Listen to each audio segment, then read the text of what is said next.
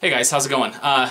This is a video that I've been meaning to make for quite some time, and this is going to be one of the last parts of the Project Glock series that I've been making. And what I want to do in this video is really just explain or answer some questions that I've gotten from several of my viewers. Actually, probably the most common questions I've got from my viewers about the Project Glock pistol.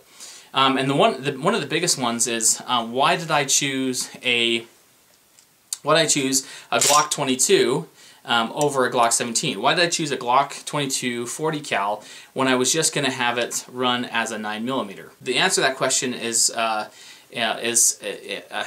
several parts to it.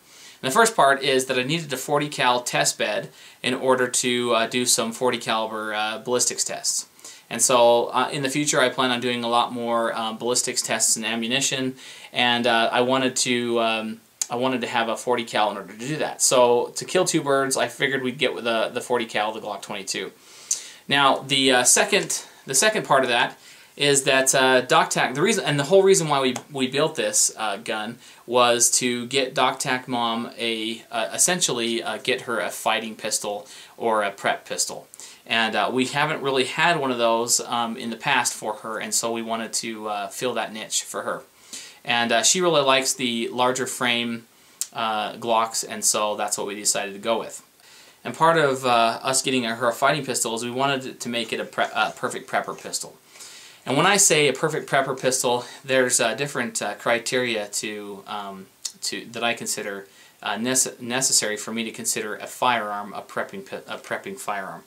And in the Glock's case, there's 4 different criteria that I look at, and those are: it has to be reliable, durable, versatile, and has commonality. And I don't think there's anybody out there that would argue the fact that the Glock is reliable and durable. You know, Glock has a very long record of durability, reliability, and so the Glock has that in spades. But versatility and commonality are two that people might not think about when they're considering a perfect prepping pistol. A pistol that they're going to put away as a prepping item to use in case of an emergency. Shiz hits a fan, you know, natural disaster where you might have to provide food for yourself, for your family, and for yourself and your family, or protection for yourself and your family.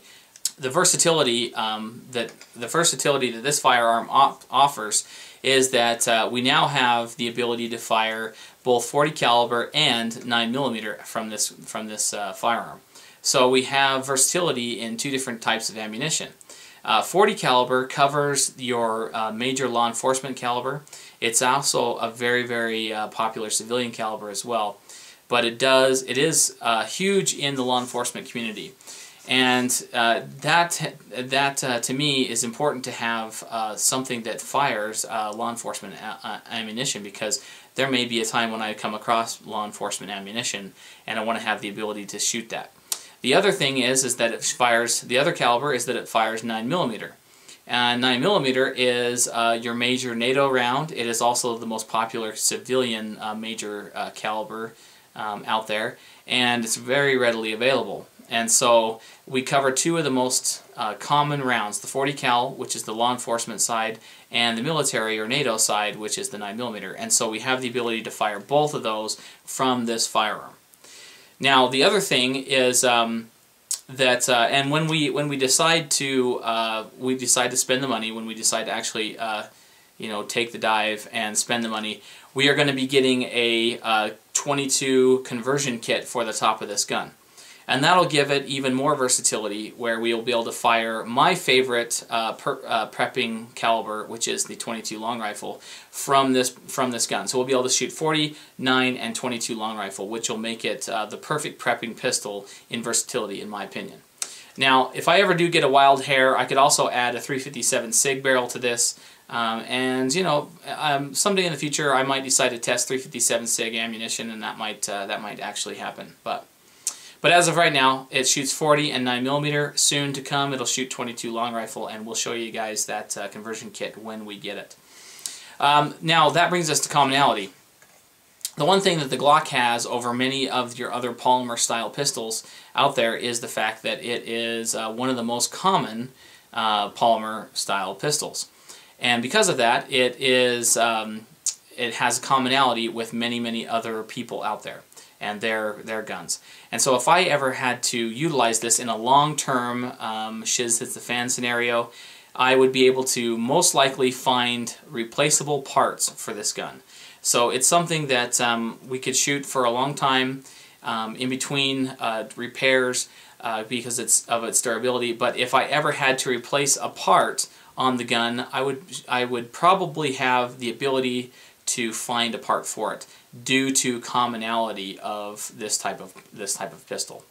Now, the one thing that DocTac Mom did like about this gun was the fact that she likes that larger frame 9mm handgun because of its lack of recoil. And it's not that DocTac Mom can't handle something larger. I mean, she shoots 45, she shoots the XDM 45 just fine, and actually enjoys shooting that. But the problem is that she walks away from shooting a 40 or a 45 feeling a little bit beat up.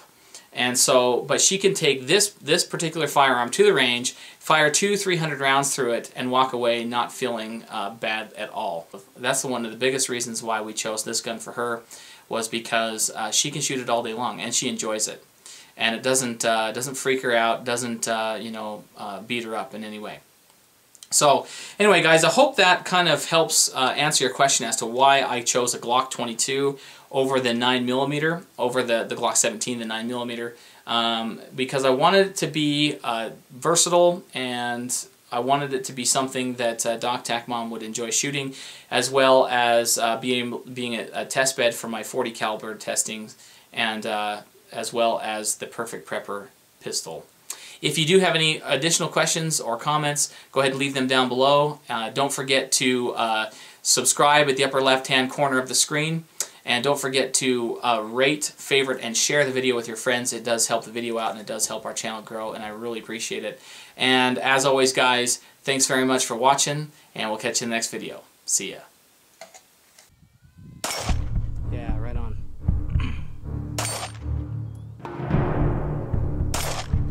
These are kind of a hot load, too.